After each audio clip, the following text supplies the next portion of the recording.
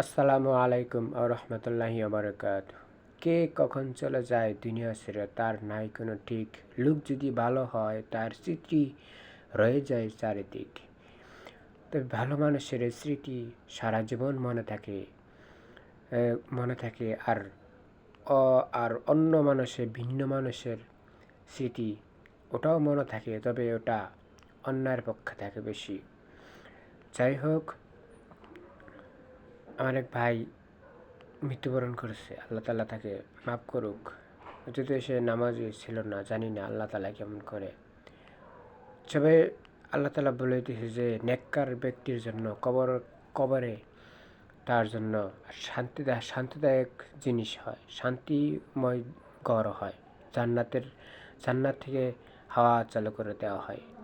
কবরটা পুরোপুরি জান্নাতের বাগান বানিয়ে দেওয়া হয় যদি মানুষের নেককার হয়। আর যদি বদকার হয়, এটা বলেই দেওয়া হয়েছে, তার জন্য খুব আযাবে গ্রেপ্তার হতে হয়। কবর হচ্ছে আখিরাতের প্রথম ঘাঁটি। ওখানে যে ব্যক্তি ধরা পড়বে ওইখানে যদি যেও ধরা পড়ে তাহলে বুঝতে হবে তার সামনে যা আরও বাধা আছে সব জায়গায় ধরা পড়তে হবে, লাস্টে জাহান্নাম।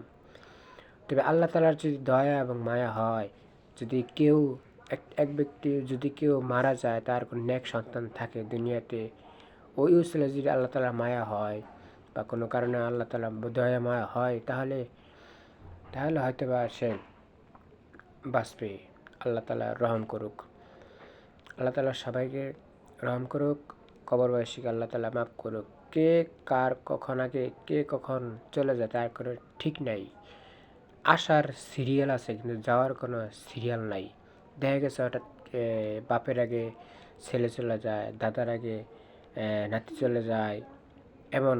আবার দেখা গেছে ছোটো ভাইয়ের আগে বড় ভাই চলে যায়, বড় ভাইয়ের আগে ছোটো ভাই চলে যায়, এরকম হতেই পারে।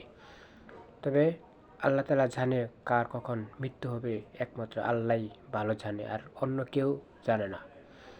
যাই হোক, আমরা সবসময় দিনের প্রতি অটল থাকি, ইমানের সাথে সবসময় থাকি, জিকির আজকারের সাথে থাকি, আল্লাহ তাআলার স্মরণের সাথে থাকি, আল্লাহ তাআলার শুকরিয়া আদায় করতে থাকি।